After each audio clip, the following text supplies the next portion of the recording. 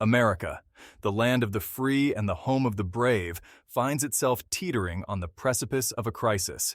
This crisis is not one of external threats or economic downturns, but a crisis of identity and unity. The very essence of what it means to be American is being questioned and redefined in real time. The political divide, once a chasm easily bridged by shared values and aspirations, has morphed into a gaping abyss. This abyss is not just a metaphorical one. It is a tangible reality that affects everyday interactions, from family dinners to workplace discussions. The common ground that once united us is now a battleground. This chasm threatens to swallow the very fabric of our nation, leaving behind a fragmented and weakened shell of its former self. The symbols of our unity, like the American flag, now appear tattered and torn, reflecting the state of our collective consciousness. The empty government buildings stand as silent witnesses to the erosion of trust in our institutions. The signs of this impending crisis are everywhere. From the headlines that scream of division to the streets filled with protesters, the evidence is undeniable. The media, once a source of information, now often serves to amplify these divisions, creating echo chambers that reinforce existing beliefs and prejudices. Look no further than the recent Trump rally in Butler, Pennsylvania. This event, like many others, is a microcosm of the larger national divide. The fervor and passion displayed by the attendees are both a testament to their commitment and a reflection of the deep-seated frustrations that many Americans feel. Thousands gathered, united by their support for President Trump and fueled by a deep-seated frustration with the current political landscape. Their cheers and President Trump's speech was cut short by an attempted assassination, injuring several, including the president, and killing one attendee. This rally, like many others across the country, serves as a stark reminder of the passionate divide that cleaves our nation in two. The split-screen images of Trump rallies contrast with the left's violent protests, highlighting the contrast of the two different visions for America's future. Each side believes fervently in their cause, often viewing the other as not just wrong, but as a threat to the nation's very existence. This is not merely a difference of opinion on policy. It's a fundamental clash of values, a struggle for the soul of America. The debates are no longer about the best way to achieve common goals, but about what those goals should be in the first place. This ideological battle is fought in town halls, on social media, and in the streets, with each side digging in deeper. On one side, we see a progressive movement pushing for radical change, a so-called socialist utopia, often at the expense of traditional institutions and beliefs. This movement advocates for a reimagining of societal norms, seeking to address historical injustices and create a more inclusive future. Their vision is one of transformation, but it often clashes with those who fear losing the stability and identity they have known. On the other, a conservative base, clinging fiercely to the principles they believe have made America great, wary of the rapid societal shifts they witness. They see themselves as defenders of a legacy, protectors of a way of life that is under siege. Their rallies are filled with symbols of patriotism and calls for a return to what they perceive as the nation's core values. This divide is not new. It has roots that stretch back through decades of political and social upheaval. The history of American politics is replete with periods of intense division. But what sets the current moment apart is the pervasive sense of existential threat felt by both sides. It has been simmering for decades, fueled by economic anxieties, social unrest, and the erosion of trust in traditional media. The economic disparities that have grown over the years have left many feeling disenfranchised, while social movements have highlighted systemic issues that demand attention. The media, once a trusted source of information, is now often viewed with suspicion and skepticism. However, the rise of social media and the hyper-partisan nature of our current political climate have exacerbated these tensions, transforming a once civil debate into a shouting match where nuance and reason are drowned out by the din of outrage. Social media platforms, designed to connect us, have instead become battlegrounds where misinformation spreads rapidly and echo chambers reinforce existing biases. The result is a society where dialogue is replaced by diatribe and understanding is overshadowed by animosity. The left, emboldened by their perceived moral high ground, have increasingly resorted to tactics that stifle dissent and demonize opposing viewpoints. This emboldenment has led to a climate where opposing voices are not just challenged, but outright silenced, creating a monolithic narrative that leaves no room for alternative perspectives.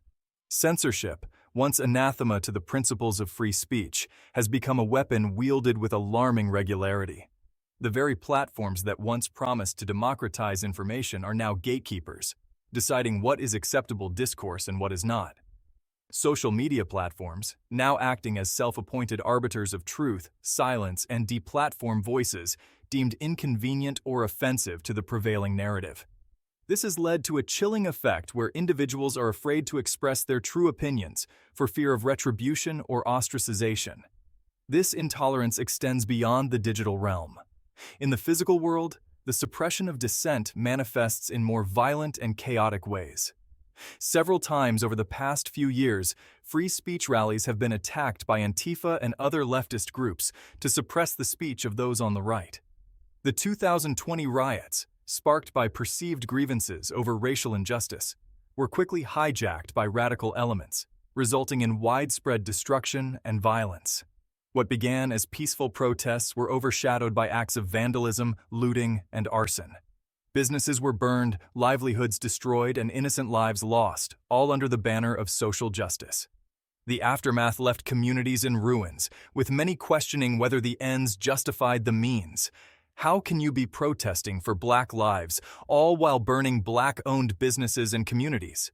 This is not to diminish the perceived issue of racial inequality, but to highlight the dangerous path of destruction embraced by some in pursuit of their goals. The focus on violence and chaos detracts from the legitimate concerns and undermines the efforts of those seeking genuine change. This trend towards silencing opposition is deeply troubling. It creates an environment where only one viewpoint is allowed to flourish, stifling the diversity of thought that is essential for progress. A healthy society thrives on the free exchange of ideas, even those deemed controversial or unpopular. Open dialogue and debate are the cornerstones of a vibrant democracy, allowing for the testing and refining of ideas. By shutting down debate and demonizing dissent, the left creates an environment of intellectual stagnation and fuels the very anger and resentment they claim to oppose. This approach not only alienates those with differing views, but also hinders the possibility of finding common ground and working towards solutions that benefit all. The right, witnessing the left's aggressive tactics and feeling increasingly marginalized in the national conversation, has responded with a mix of frustration, defiance, and at times, misguided anger. This growing sense of disenfranchisement has been building for years, as many on the right feel their voices are being drowned out by a louder, more dominant narrative. They see their values and beliefs being dismissed or ridiculed, leading to a deep-seated resentment. The January 6th Capitol protest, while a dark day in American history, was a culmination of these simmering tensions. It was not an isolated incident, but rather the explosive result of years of perceived injustices and grievances. The images of that day are etched into the national consciousness, serving as a stark reminder of what can happen when political frustration reaches a boiling point. It was a visceral expression of rage and disillusionment, fueled by a belief that the system was rigged against them. Many of those who entered the Capitol felt they had no other recourse, that their voices were being systematically silenced. This belief was stoked by a series of events and rhetoric that painted a picture of a deeply flawed and biased system. It's crucial to acknowledge that the vast majority of those on the right condemn the violence that transpired that day. They see the actions of January 6th as a betrayal of their principles and a stain on their movement. Many right-wing leaders and commentators have spoken out against the violence, emphasizing that such actions are not representative of their values. However, less than a year earlier, there was another major riot in Washington, D.C. on 5/29/2020, where Antifa and Black Lives Matter protesters attacked the White House, injuring several Secret Service agents and burning down a guardhouse. This incident shows just how lopsided the mainstream media and the legal system can be. No one was given any jail time for the attack on the White House, and those that were arrested were given a payout from the government of several millions of dollars. While the January 6th protesters were hunted down across the country by the full weight of the federal government, some of them received years in jail after being led into the Capitol building by the police. The right's frustration is not without merit. They feel marginalized in a society that increasingly prioritizes progressive values and policies. This sense of exclusion is compounded by economic and social changes that have left many feeling left behind. The rapid pace of cultural shifts has created a sense of disorientation and loss for those who feel their way of life is under threat. With a media landscape that is biased against them, a cultural elite that mocks their values, and a political system that no longer represents their interests. This is exacerbated by the sidelining of conservative viewpoints in mainstream media, which many on the right feel is dismissive or outright hostile. The result is a deepening divide and a growing sense of alienation. This sense of alienation, coupled with the left's increasingly aggressive tactics, creates a volatile mix that threatens to boil over. The challenge moving forward is to find a way to bridge this divide, to create a space where all voices can be heard and respected. Only then can we hope to heal the wounds that have been inflicted and move towards a more united future. The idea of secession, once relegated to the fringes of American political discourse, has gained disturbing traction in recent years. This notion, once considered unthinkable, is now being discussed openly in various political circles. Leading up to the election of 2020, in a meeting led by John Podesta, a prominent Democratic strategist, where the possibility of secession was discussed in the event of a Trump victory in 2020, is a chilling example of this alarming trend. Podesta, known for his influential role in Democratic politics, convened a group of strategists to explore the implications of such an outcome.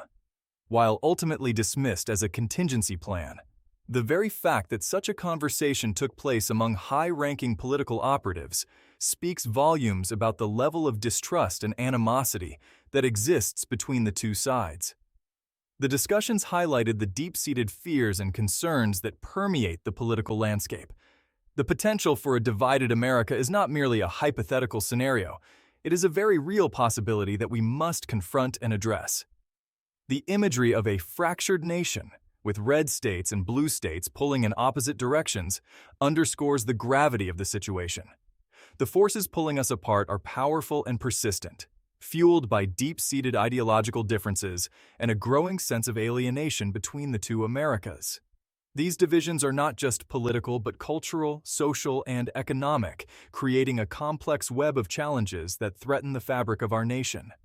Reflecting on history, we see that America has faced internal strife before, but the current climate feels uniquely perilous. The echoes of past conflicts resonate in today's polarized environment, reminding us of the stakes involved. Yet, amid the division, there are efforts to bridge the gap. Community leaders, activists, and ordinary citizens are working tirelessly to foster dialogue and understanding.